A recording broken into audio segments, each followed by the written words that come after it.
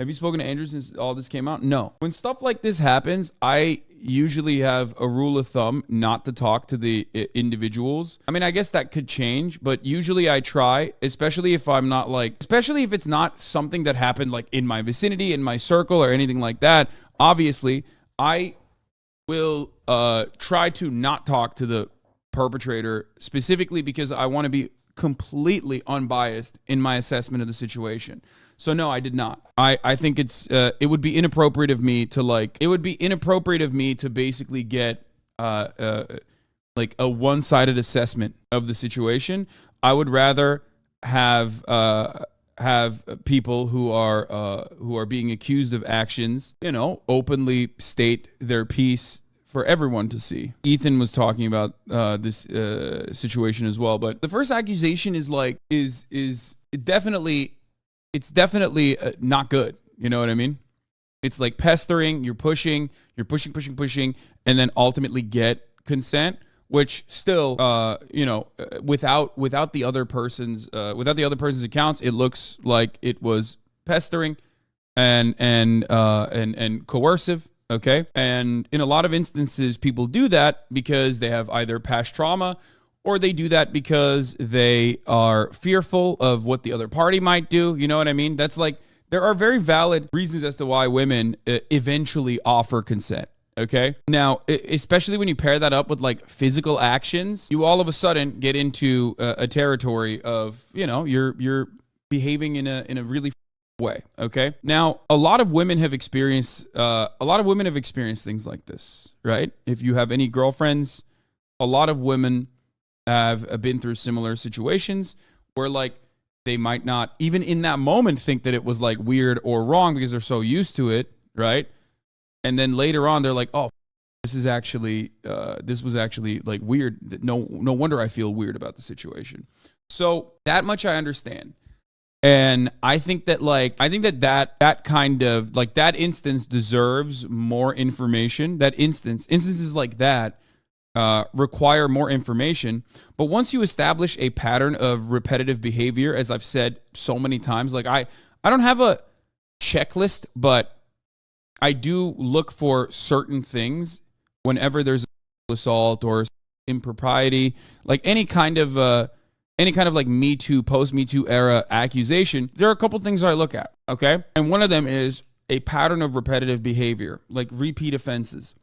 That's why I always tell you, like, when this kind of stuff happens, I always tell you, like, look, there were more people will come out usually. The second girl had, like, no motive to lie. She has no social platform, can only lose, which backs up her claims, in my opinion. Yeah, I mean, even if you have a social platform, it doesn't matter. You usually have a lot to lose, regardless. Let's hear what Ethan had to say. It's for the men to protect themselves and to protect the women. I'm saying you got to meet someone, get to know them a little bit, make sure that you're both sober and that you've got enthusiastic. I mean, this take like almost attacks the concept of like casual sex or like hookups and shit like that. And in fact, that can be done in a very fun way. I'm not anti casual sex. I'm not anti like hookup culture or anything like that. If you're famous though, no, even if you're famous, like it doesn't matter.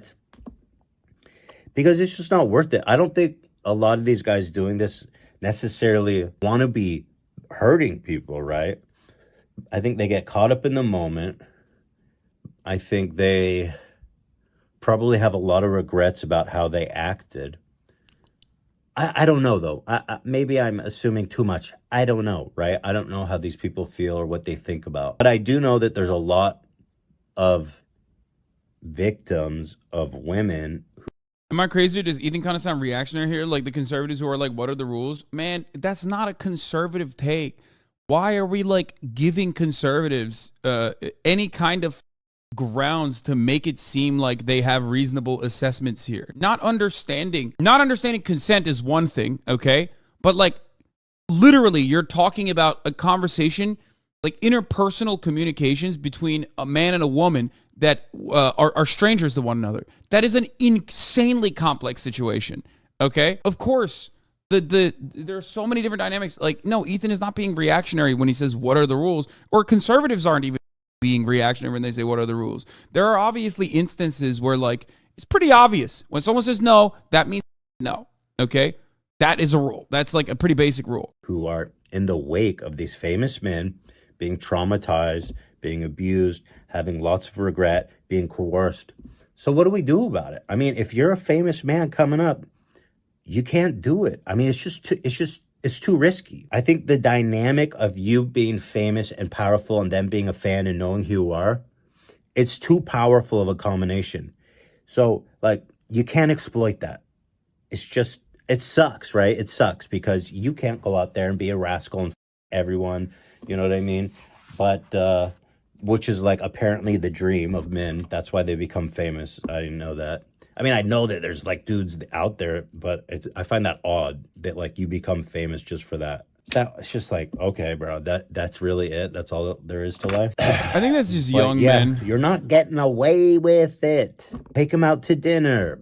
I think one of the things that happens so frequently for a lot of dudes is that like they're weird nerds. Okay. Me Too was created as a movement because the actual like institutions of power were built by men oftentimes to basically violate whatever boundaries they other people would want to have. So because these institutions, including courts, including the police force, were not doing enough to like combat sex crimes, people took it to their own hands, okay, into the public square. And what happens when people take matters into their own hands? There's a pendulum swing. And sometimes that pendulum swings to the insane completely opposite end of that spectrum. And it happens every time. There are always, if you look at it now, it's not like a rule or anything, okay?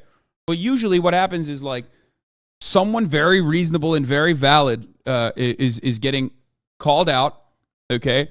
And, you know, they'll even get criminal punishments, like in the case of Harvey Weinstein. Then a bunch of others come out, okay? And a lot of those are also valid. Almost all of them are valid. And then we get to the points where it's like, it moves into like the area of people being like, oh, we went on a date and like, we kissed, we made out, and at the time I thought it was fine, but like now I don't feel like it's okay. You can say it's a bad take all you want, but with Aziz Ansari, that's basically what happened. And that was, in my mind, when that first happened, in my mind, it felt like it was a culture shift where it was like, this is the new rule. These are the new boundaries. And I think that's a valid thing to ask for, okay? Demanding or expecting enthusiastic consent is understandable, okay? Get to know them a little bit. And then you got guys who travel around, right? Who go city to city. I don't know, man. Off. I don't know. Just beat off, bro. Get some hotel porn. Yeah, I don't think this is just about being horny. That's the difference. I think that it's like, I think men are taught from an early age to just like, be aggressive, go after what you want, shoot or shoot, that sort of thing. And like, there is validity to that statement, but I think like people don't know how to control themselves. People don't know how to conduct themselves in this situation, especially paired up with like culture, which used to be way worse in my opinion, especially paired up with like a sense of entitlement that people have. I mean, there's so many different flavors of what I'm basically talking about, all the way to like brutal, or what Harvey Weinstein did, for example, even though his dick was literally mangled as a consequence of having gangrene on his, like that was a power thing. That was control. Can sometimes be about just straight up control. It's not just like letting out your sexual desires. You know what I mean? I think but when we think about like when we think about other situations, other instances, like some of the Andrew Callaghan accusers and what he did in the way he conducted himself in some of those interactions, in and of itself is not necessarily about power, but more so about constantly and consistently being reinforced by never facing a level of accountability, I think, and thinking that is like the modus operandi, the normal way to operate, the normal way to behave. Maybe he realizes it's bad, but he still does it. Ultimately, it doesn't matter, because what matters is the trauma that you're inflicting on people. I know it's expensive, but you're rich. Hell, even get a prostitute. Well, I think that's fine, right? I mean, at least you know what's going on there if you hire a prostitute. I don't know what the solution is, but what's happening right now is not working. It is not working. So I don't know if this was a crazy tweet. Is this a crazy thought or a sane thought? What do you guys think? Because I'm getting sick of seeing this happening. I'm getting sick of seeing people that I did respect. Sex is also framed as a game in which men have to convince women to so no means no, it means try harder in their minds, which is incredibly. Yeah, another part of this reality, another part of this dynamic also revolves around the fact that like women are basically sheltered and pushed aside. And while objectification happens, it's never on women's terms. Like women are objectified; they're seen as objects of desire. But people don't even think about or consider that they want to too. Women are horny, okay? But unfortunately, from early on, women, for the most part, are taught that they are not supposed to be horny. That they're not supposed to control. They're supposed to just behave a certain way, and that paired along with like all the shit experiences that they have early on. And this is something that you hear all the time. Constantly having to endure that in a society also pushes you, obviously will leave you having your guard up all the goddamn time. One thing that I've always described to people is like for men specifically who, and I grew up at a time when like, I grew up in a time in a culture where like the consent conversation was at the forefront, even before the Me Too era, where people were like, "Oh, you should always ask for consent," and people considered that to be weird. Okay, people were like, "What? Like, I'm just gonna ask for consent." And one thing that truly helped me understand it, okay, especially after I became sexually active, was that if I'm on a date with a girl, okay, and we go back home, and the girl says, "Can I suck, please?" Is that really going to turn me off? No, of course not. Of course, it's not going to turn you off. That's insane. That is something that people could not comprehend at the time, like when they were asking for enthusiastic consent, because there is a fear of rejection, okay? But like if the moment is right and you ask openly for consent, they are not going to get turned off by it. That was like a legitimate fear that a lot of men had, okay? It's fear that I even had, but that was also because I was truly active. You know what I mean? So I didn't understand it. Put yourself in the shoes of the other person. Go back home and you ask for consent. You go back home and they ask for consent. You're gonna be very excited at the prospect. Okay? Somebody's got to figure this shit out. But it's not. Shit is changed. It's different now. You can't go out there and just everybody. I think men need to realize like what a powerful thing sex can be. Like, you have to respect the power and the emotional connection that happens there, and how violated somebody can feel who like offered you up their body in that sense, only to be kind of like discarded or used or to regret it.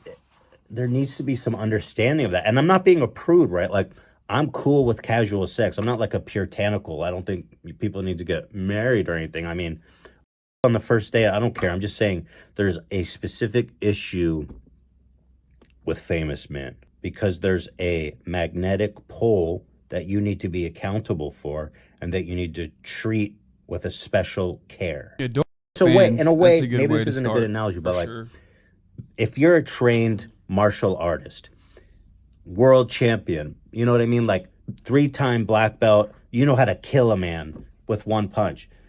If you get into a bar fight, you cannot unleash your full fury, because if you go for like a neck throat punch and they end up dying, guess what? You're going to jail. Whereas if it was someone who was untrained, you could, go crazy. You're not going to kill the guy, right? You can fight with all your passion. You don't have to worry about holding back. But if you have the potential to kill someone, you know how to do it. And you can do it easily. He said it. These rules only apply to rich, famous people. These regular viewers do not need to ask for consent verbally, and it can be agreed upon. Bro, that's crazy. Like, I'm not even saying that, like, obviously you have to ask for consent every single step of the way, like a checklist, okay? Like, certain things you can comprehend, okay? But if you can't, you definitely should ask. You don't do it, right? And that's common knowledge of people who are highly trained martial artists. They know that. And in a way, again, I don't know if this is a stupid analogy, but it's kind of the same thing, right? If you're famous and powerful and you go out. I think some chatters just don't comprehend and process what you say, and they just watch with hate. Yes, a lot of people have preconceived notions of what I'm saying because they've already put me in this like narrowly defined box. I am a woke lord. I am a soy facing SJW or whatever the. So they're not arguing against me or the positions that I'm presenting to them. They're arguing against positions that they think I have. Okay. And this also happens with leftists that watch me as well. You have this edge. You have this magneticism. You know, people are going to be more pulled to you, especially fans of yours. And so in the same way, you got to be careful with what you've got there. Does that make sense? What do y'all think? Is it crazy? I don't know. You know what I mean? What I do know is this is one shot, one take. I'm going to upload it to my channel. And if y'all got a problem with it. No one is like saying that you can't infer consent, okay? Or body language is like meaningless in this conversation. Of course it's meaningful, okay? It's done. The video's done. Let's go. Clout, let's go. Free clout, baby.